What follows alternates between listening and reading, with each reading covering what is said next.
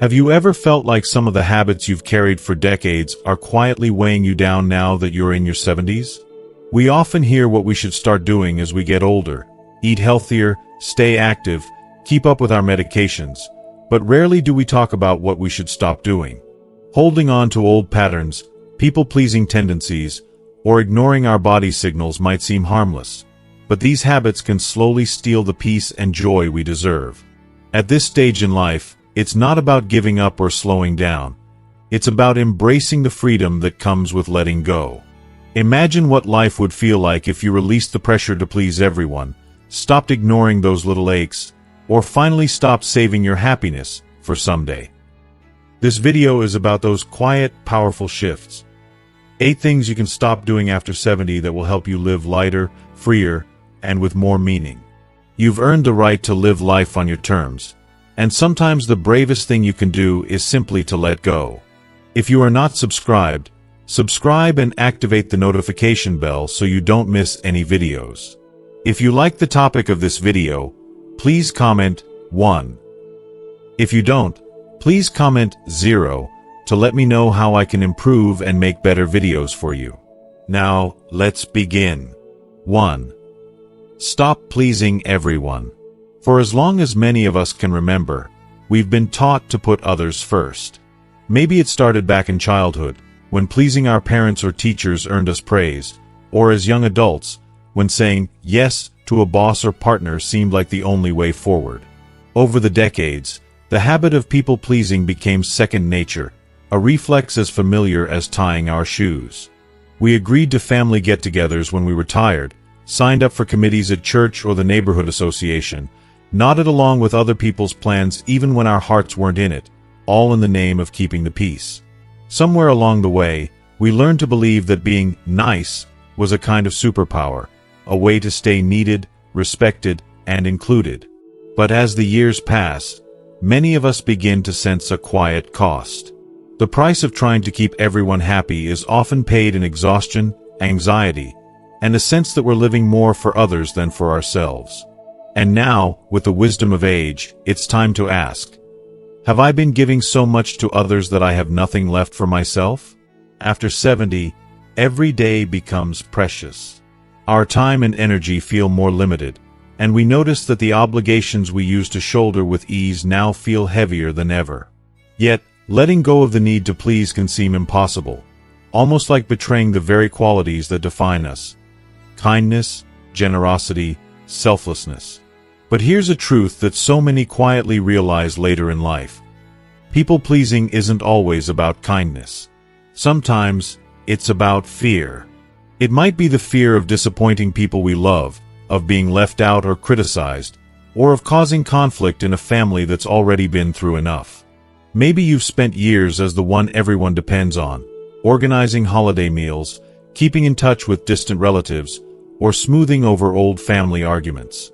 You might tell yourself, if I stop doing all this, who will step in? But ask yourself honestly, is your desire to help truly coming from joy, or is it coming from a sense of obligation, or even guilt? Take Linda, for example, a woman I once knew who had spent decades as the rock of her family. Every Sunday, she cooked a big meal for her children and grandchildren, rain or shine. She loved them deeply, and it made her proud to keep the family together. But as her 70s wore on, Sunday afternoons started to feel more like a chore than a celebration. She worried that if she stopped, her family might drift apart or, worse, feel let down. One day, gathering her courage, Linda told her daughter she needed to take a break from hosting. She expected hurt feelings or disappointment. Instead, her daughter offered to host, her grandson volunteered to bring dessert, and the family simply shifted, still together, but in a way that finally gave Linda the freedom to rest. So many of us have stories like Linda's. We discover, often with surprise, that the world doesn't fall apart when we step back.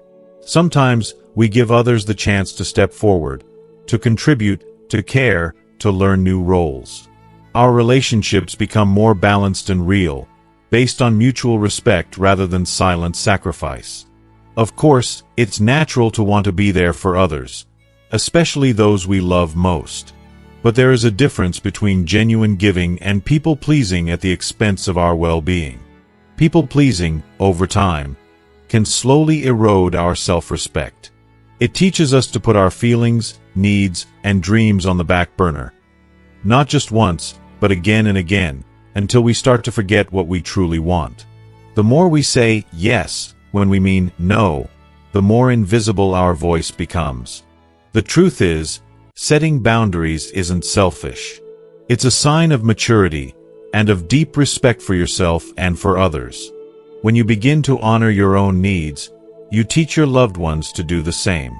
And the relationships that survive your boundaries, those are the relationships worth keeping. Those are the people who love you, not just for what you do, but for who you are. Letting go of the need to please everyone can feel unfamiliar, even uncomfortable, at first. But it opens the door to something far more precious. The freedom to live authentically, with more peace, more time, and more energy for what truly matters to you.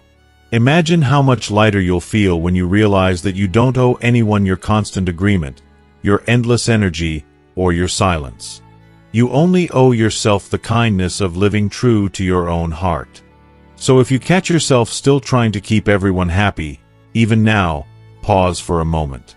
Ask yourself, am I doing this out of genuine love, or out of habit or fear?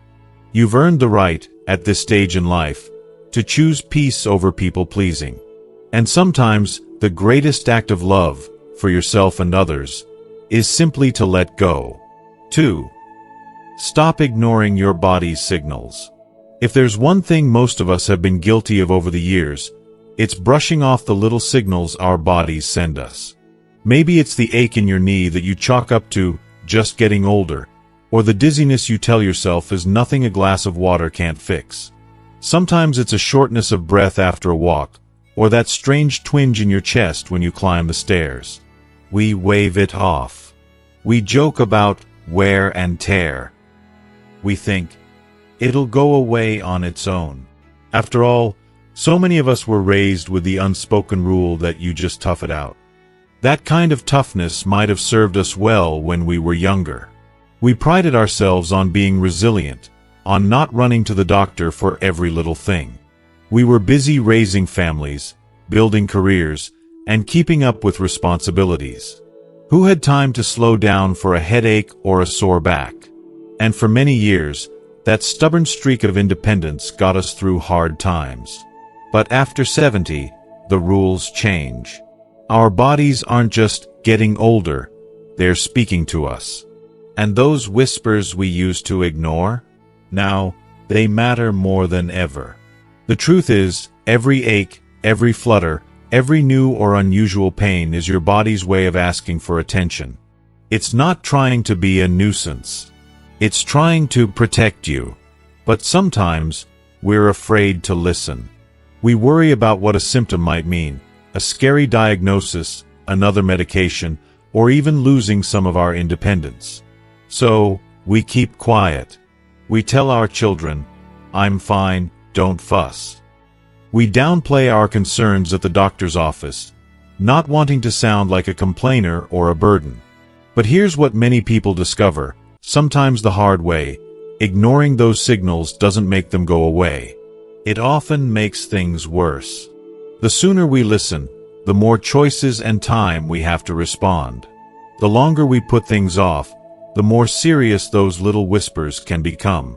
If you are still watching this video and find these lessons useful, please comment 1 below to let me know that you are still here with me. Take Robert, for example. He was a retired mechanic who'd always prided himself on his strength. In his 70s, he started noticing a tightness in his chest every time he went up the stairs.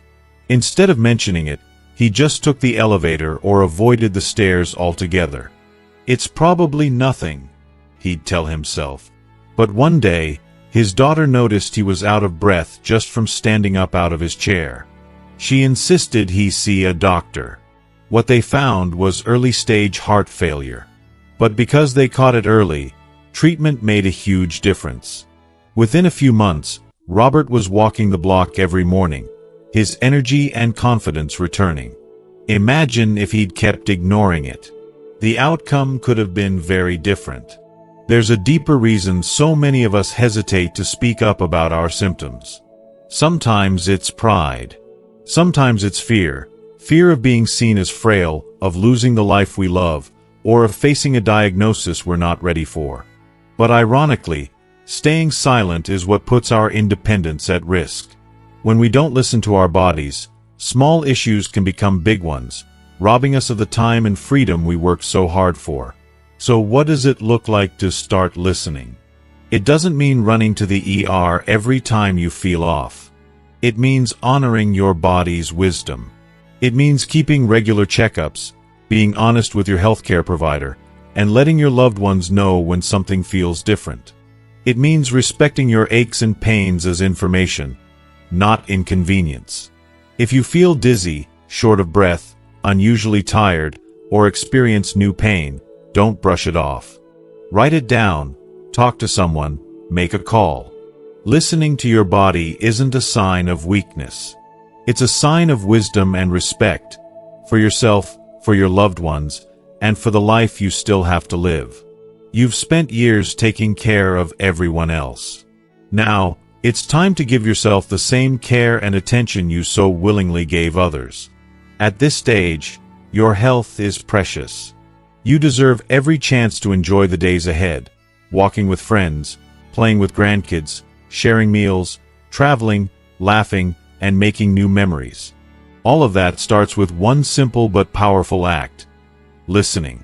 So the next time your body speaks up, don't ignore it. Tune in. Respond. You've earned the right to take yourself seriously, and to treat your body like the lifelong friend it truly is. 3. Stop holding grudges from the past.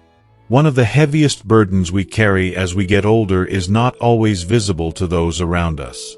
It doesn't show up on an X-ray or blood test, but it can weigh on us every single day.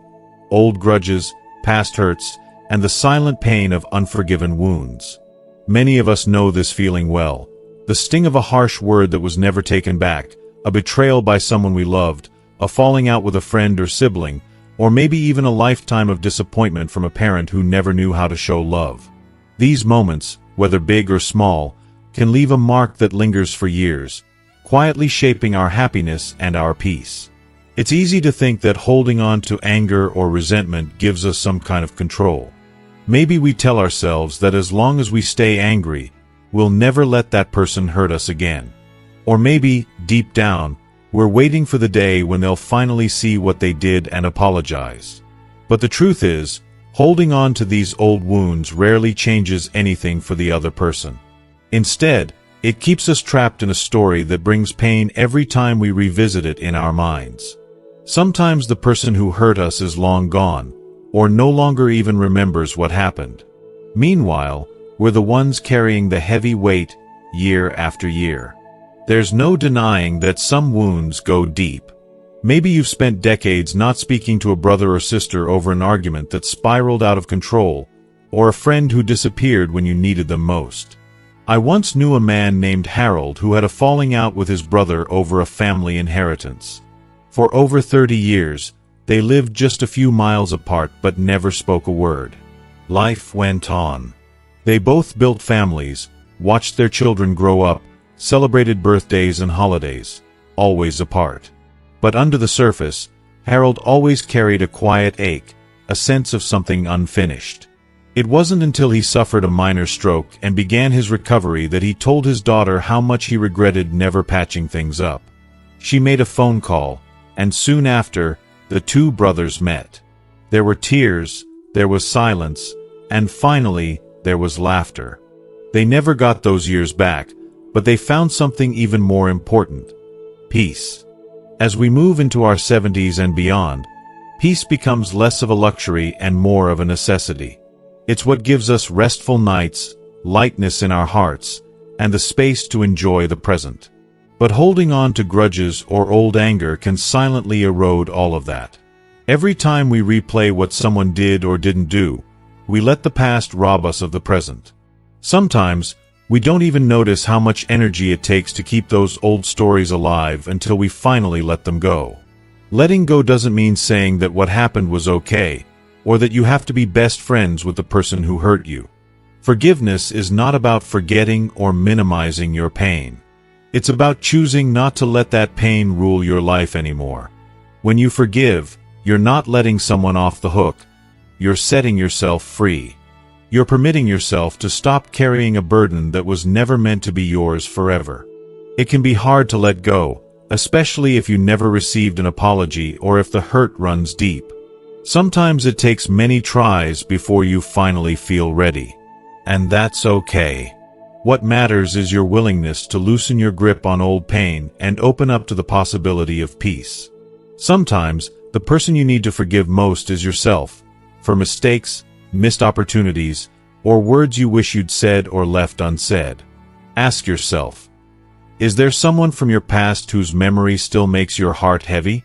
Is there a grudge you've carried for so long that you can hardly remember what life felt like before it?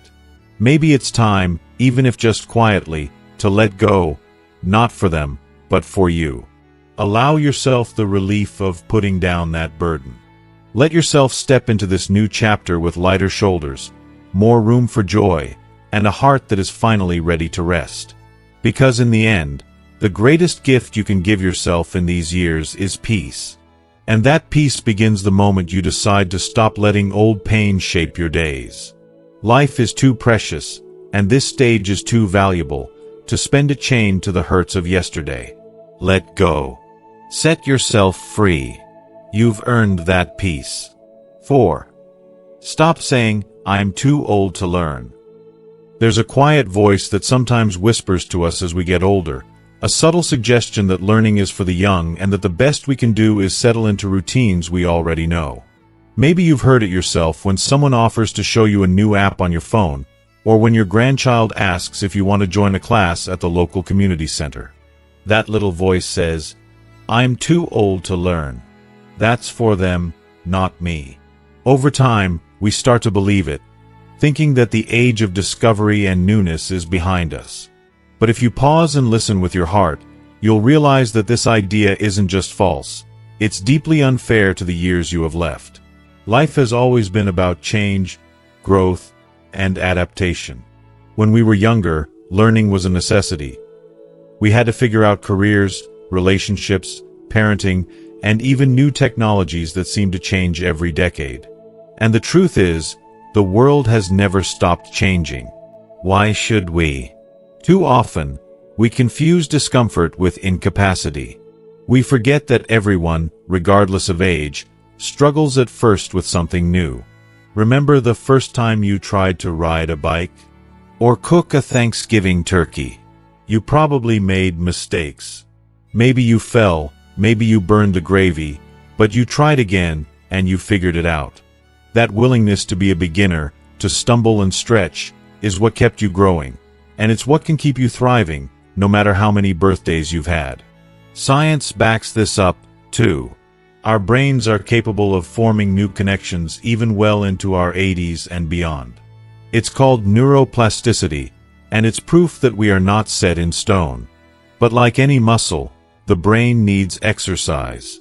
If you stop believing in your ability to learn, you shut the door from the inside, locking yourself out of new experiences, ideas, and even connections with others. Take Eleanor, for example, a warm-hearted woman I once met at a local senior center. She had never used a computer in her life, convinced that all this technology was for the kids. But one afternoon, her grandson sat beside her and gently offered to show her how to send emails and search for old family photos online. At first, she resisted. "Oh, honey, I can't do that. My brain doesn't work that way anymore." But he smiled and said, "Let's just try it together." A month later, Eleanor was not only emailing her relatives, but she was also discovering new music, watching knitting tutorials on YouTube, and reconnecting with friends she hadn't spoken to in decades. Every time she talked about it, her eyes sparkled, not because she had mastered technology, but because she had rediscovered the thrill of learning. The joy of learning is about so much more than the information you gain. It's about confidence, independence, and reminding yourself that your story isn't finished yet. When you open your mind to something new, whether it's a hobby, a language, a recipe, or even just a new way of thinking, you send yourself a message: I'm still here. I still matter. There are parts of me I haven't met yet. That message brings light into your days and energy into your spirit. Letting go of the belief that you're too old to learn is an act of freedom. It frees you from the cage of predictability and lets you experience wonder again. The world is filled with small and big things waiting for you to try. Birdwatching, watercolor painting, digital puzzles, volunteering, gardening in new ways, joining a book club, or learning how to FaceTime with grandkids across the country. Each new experience adds a layer of meaning to your life and keeps your mind open, alert, and young at heart. Indeed, learning as an older adult can sometimes feel awkward or even frustrating. But what's the alternative? Sitting on the sidelines, watching life pass by, convinced your best days are behind you? That's not the life you deserve. You've come too far and learned too much already to let self-doubt stop you now. So next time you find yourself thinking, I'm too old to learn, pause and challenge that voice. Remember Eleanor, remember your younger self, and remember that curiosity doesn't have an expiration date. Allow yourself to be a beginner again. Take the class, ask the question, try the new skill. The world still has so much to teach you, and you still have so much to offer. You are never too old to learn. You are exactly the right age to grow, change, and discover more than you ever imagined. 5. Stop saving everything for someday. If you are still watching this video and find these lessons useful, please comment 2 below to let me know that you are still here with me. Many of us grew up in a time when saving for a rainy day wasn't just good advice, it was a way of life. We learned to be careful with what we had, to hold on to nice things for special occasions, and to always put necessity before pleasure. Maybe it was the aftermath of war, the memory of hard economic times, or just the values passed down from our parents. For years, we tucked away our best china, put aside beautiful sweaters, and left travel dreams for someday. We promised ourselves we'd enjoy them when the time was right, when we had company, when we retired, or when everything else was finally in order. But somewhere along the journey, someday became a moving target. Life got busy with work and family. One day slipped into the next, and before we knew it, those good towels still sat at the back of the linen closet, and those cherished plans kept being postponed. Maybe you, too, have a bottle of fine wine waiting for a perfect moment, or a favorite restaurant you've never tried because you're saving it for a celebration that never quite arrives. Maybe there's a trip you've dreamed of taking, a class you've wanted to try, or even a simple afternoon in the sun that you keep telling yourself can wait until tomorrow. As the years add up, it becomes clear that the future we save for is never guaranteed. The right time we're waiting for might never come in the way we imagine. What if the best moment to use the good china, or the bright scarf, or open that bottle is right now? What if today, with all its ordinary messiness and imperfection, is the special occasion we've been saving for all along? I remember a gentleman named Frank, a quiet, thoughtful man who had a passion for collecting wine.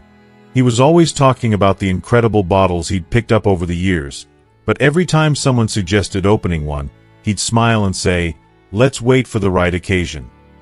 Years went by, birthdays and holidays came and went, and those bottles gathered dust. Then, after a health scare, Frank's daughter visited and saw the collection. She asked, "Dad, what moment are you waiting for?" That night, they opened one of the finest bottles in his cellar. There wasn't a big celebration, no cake or fanfare, just laughter, a good meal, and the warmth of family. That night became a memory. The wine was finally enjoyed, not because something huge happened, but because they chose to cherish the moment they were in. This tendency to postpone joy isn't just about things. It's a habit that seeps into how we live. We tell ourselves, "I'll relax when the chores are done," or "I'll visit my friend when I have more energy." We make rest, pleasure, and connection something to be earned, not something we're allowed right now. Sometimes, the years pass, and the chances we thought we'd always have start to slip away. Psychologists call this deferred happiness syndrome. The idea that we put off our enjoyment, thinking it'll be more meaningful later. But what often happens is that later keeps moving, and the habit of waiting becomes so automatic that we miss the little gifts right in front of us. The truth is, joy doesn't need a reason or a special excuse. You don't have to wait for someone else's approval or for everything to be perfect. So, take a look around your home. What are you saving for a day that never seems to come? A dress in the back of your closet, a recipe you've wanted to cook, a phone call you keep putting off? What would happen if you decided, just this once, to stop waiting?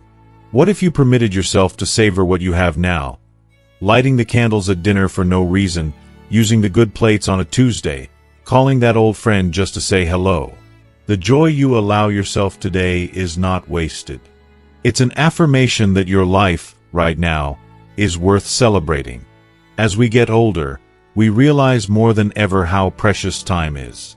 Each day is a gift, and every moment, no matter how ordinary, has the potential to be extraordinary if we let it. So stop saving everything for someday. Live your joy today. Make today a special occasion. You deserve it. 6. Stop comparing yourself to younger people. It happens so quietly, sometimes you hardly notice. You catch your reflection in the mirror and remember a younger face looking back. Maybe it's a photo from your 30s, a wedding day, or a snapshot from a family vacation long ago. Or maybe you're at the grocery store and you see someone dash by with energy you used to have, lifting heavy bags, chasing children, or simply moving with ease. For a moment, you feel a pang, a mix of nostalgia, maybe a bit of envy, and the subtle ache of loss. As we age, it's natural to remember what once was. We carry decades of memories, youthful skin, stronger muscles, boundless energy. But too often, we let those memories become a measuring stick against which we judge ourselves now. We notice what's changed, the wrinkles, the slower steps, the extra time it takes to get up in the morning. And in the world we live in, a culture that often worships youth and novelty, it's easy to feel left behind. But is it fair to compare the person you are now to who you were at 40? Or to look at your grown children or grandchildren and feel less than, because your body works differently from theirs? You are not in your 30s anymore. You aren't supposed to be.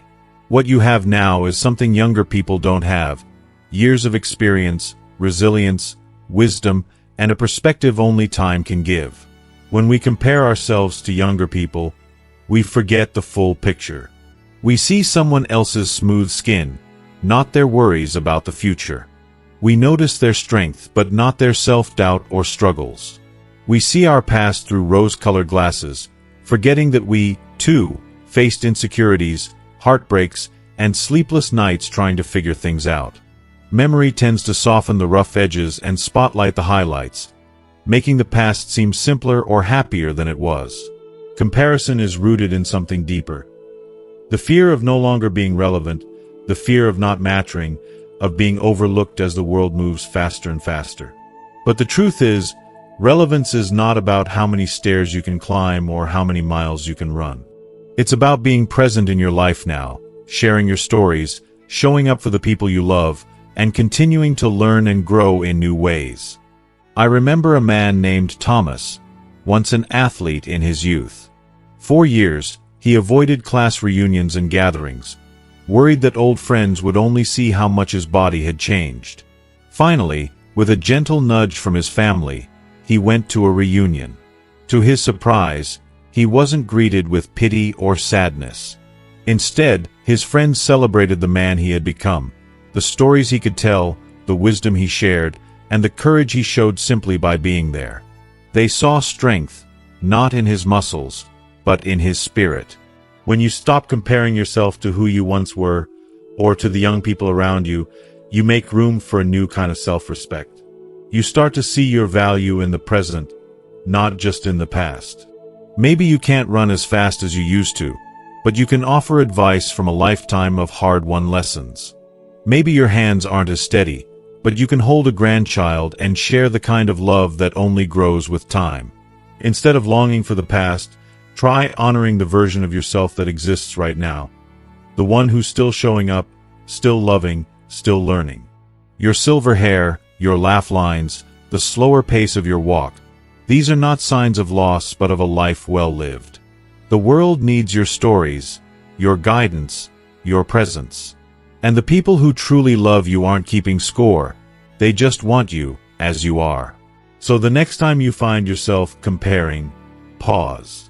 Remember that you are not in competition with your younger self or anyone else. Your worth is not measured in years, steps, or the image in the mirror. It's measured in the lives you've touched and the love you've given, and in the peace you find within yourself now. Let go of comparison and embrace the dignity, beauty, and richness of this chapter of your life. You have nothing to prove. You are enough, just as you are right now. 7. Stop isolating yourself. It can happen slowly, almost without you noticing. One by one, friends move away. Family members get busy with their own lives, caught up in work and raising children. You retire from your job, the daily routines change, and before long, your days start to feel quieter, your calendar emptier. At first, maybe the solitude feels like a relief, a chance to rest, to read, to finally slow down after years of responsibilities. But as time passes, that peaceful quiet can turn into something else: isolation. For many older adults, isolation sneaks in through the back door. You tell yourself you're just enjoying your own company, that it's easier not to bother people or ask for rides. After an injury or illness, you might skip gatherings until you're fully recovered, but then realize it's been months since you shared a meal with a friend. The TV becomes your companion, and conversations dwindle to small talk at the grocery store or a quick phone call with family. Deep down, you may start to wonder if anyone would notice if you kept to yourself. But human beings are wired for connection. Even the most independent of us need real relationships, the kind that make us feel seen, understood, and valued.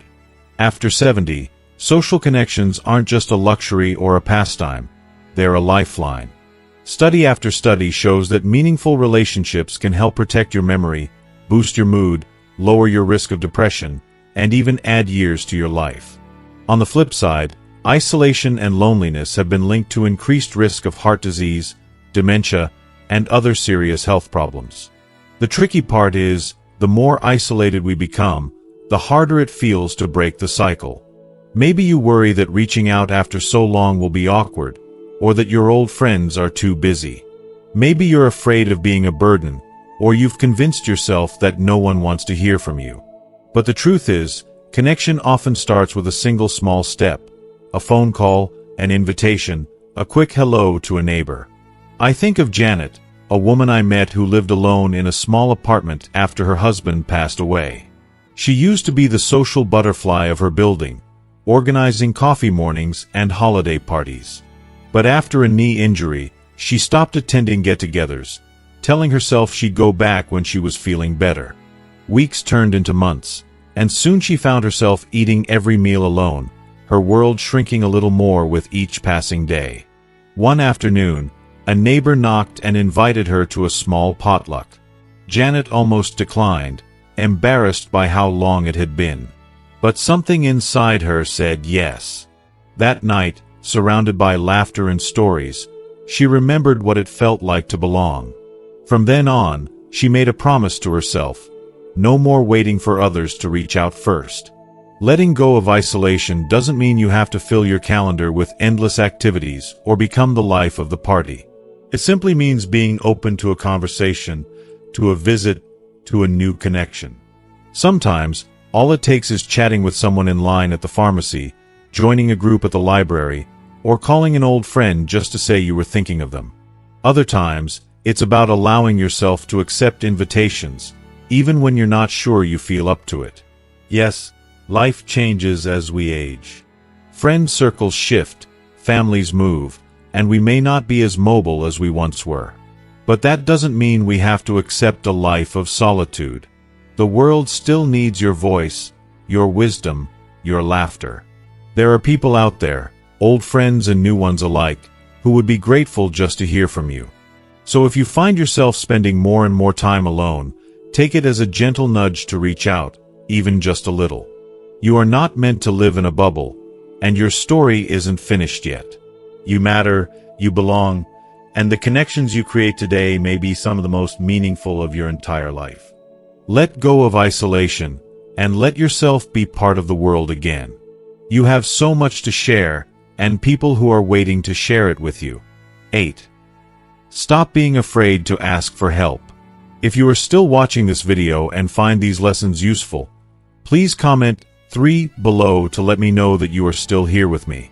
For so much of our lives, asking for help felt like something to avoid. Maybe you learned early on that self-reliance was the only way to get by. Perhaps you grew up in a family where pride and independence were prized above all, where everyone was expected to pull their weight and not make a fuss. Maybe you were the one who always took care of others, raising children, supporting a spouse, managing a household, or a career. You became the problem solver, the strong one, the one everyone leaned on. Somewhere along the way, you got used to putting your own needs last. But as the years go by, life changes in ways we can't always predict or control. Tasks that once felt easy, opening jars, managing the garden, even setting up a new phone, can suddenly feel overwhelming. There may come a day when you realize you can't do it all alone anymore. And in that moment, asking for help can stir up uncomfortable feelings. Embarrassment, worry, even fear of being seen as weak or a burden. But what if, instead of seeing asking for help as a failure, you saw it as an act of wisdom? The truth is, needing help doesn't mean you've lost your strength or value. It often takes more courage to reach out than to struggle in silence. Real strength is knowing your limits and trusting others enough to let them in. We are not meant to go through life alone, not in our youth, and certainly not as we get older. There's a story I remember about Glenn, a 77-year-old man who'd always been the handyman of his family. He took pride in fixing everything himself, from leaky faucets to broken fences. One winter, when his furnace started making strange noises, he tried patching it up like always. But the problem only got worse.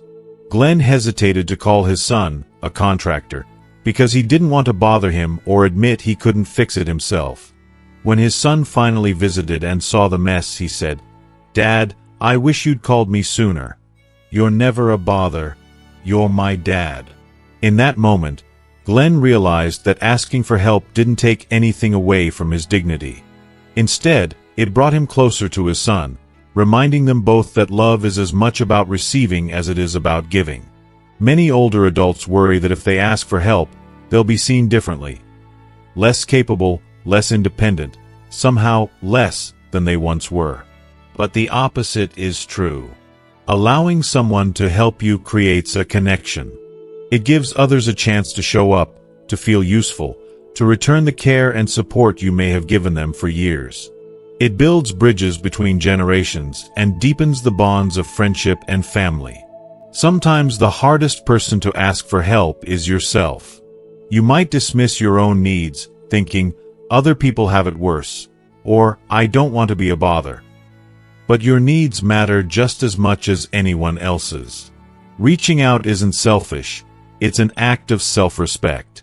Whether it's a neighbor helping carry groceries, a friend lending an ear, or your child teaching you how to use a new device, every request is a chance for connection. Asking for help is also about letting go of the myth that independence is all or nothing. True independence is knowing when you can do something yourself and when it's wiser to lean on someone else. Interdependence, the back and forth of giving and receiving, is what makes families and communities strong. If you've been quietly struggling or telling yourself you should be able to handle everything on your own, pause for a moment. Think about how good it feels when someone trusts you enough to ask for your help. Why wouldn't you offer that same opportunity to those who care about you? It doesn't diminish you. It honors the relationships you've built. So next time you need a hand, big or small, remember, asking is not a sign of defeat, but of courage and trust. You're still the strong, capable person you've always been. Letting others help is simply another way of saying, I still matter, and I am not alone. You've spent a lifetime supporting others. Now, let others be there for you. It's a gift to them and yourself. Reaching your 70s and beyond isn't about fading quietly into the background. It's about refining who you are, letting go of old burdens, and discovering new ways to embrace life with openness and peace. If you've listened to these stories and reflections, maybe something in you has stirred, a memory, a hope, or even a gentle ache for change. That's not just a coincidence. It's your inner wisdom, reminding you that it's never too late to shape your days with intention and kindness toward yourself. Letting go doesn't mean giving up. It means making room for the good things that still await you. Deeper relationships, more laughter, peaceful mornings, and a sense of freedom that comes from finally putting down what no longer serves you. The truth is, the art of living well in this chapter isn't about adding more to your plate, but sometimes allowing yourself to release the habits and beliefs that keep you from feeling truly alive. You've weathered decades of ups and downs, you've loved and lost, you've carried others and learned how to stand on your own. Now, this is your time to live on your terms, to find joy in simple moments and courage in setting healthy boundaries. If just one thing in this video resonated with you, I hope you'll carry it forward and let it lighten your days. And before you go, I'd love to hear from you. Share in the comments one thing you've decided to let go of, or one lesson you're taking to heart. If you found these words meaningful, please consider liking this video, subscribing to our channel, and sharing it with friends. Your voice matters here. Thank you for being part of this community, and I look forward to connecting with you again soon.